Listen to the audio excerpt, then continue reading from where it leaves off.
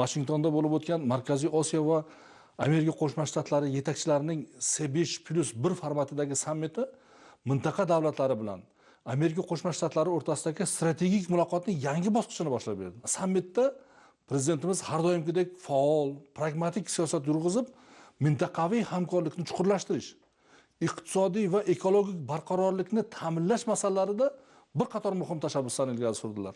Shu o'rinda alohida urg'ulamoqchiman, AQSh va O'zbekistonning munosabatlari o'zaro teng manfaatlar asosida jadal rivojlanib borayotganligini ta'kidlab o'tishimiz kerak.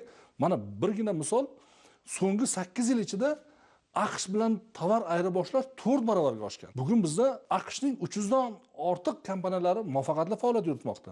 AQSh ishbilarmonlari, tadbirkorlari bilan o'tkazilgan kechaki uchrashuvda ham davlatimiz rahbari tashabbuslari bilan energetika, logistika, tog' kon sanoati, qishloq xo'jaligi, raqamli texnologiyalar va hokazo sohalarda 35 milliard dollardan ortiq tarixiy bitimlar imzolandi. Xulosa sifatida aytadigan bo'lsak, Vashingtondagi C5+1 sammiti Markaziy Osiyo va AQSh munosabatlaridagi yangi sahifani ochdi.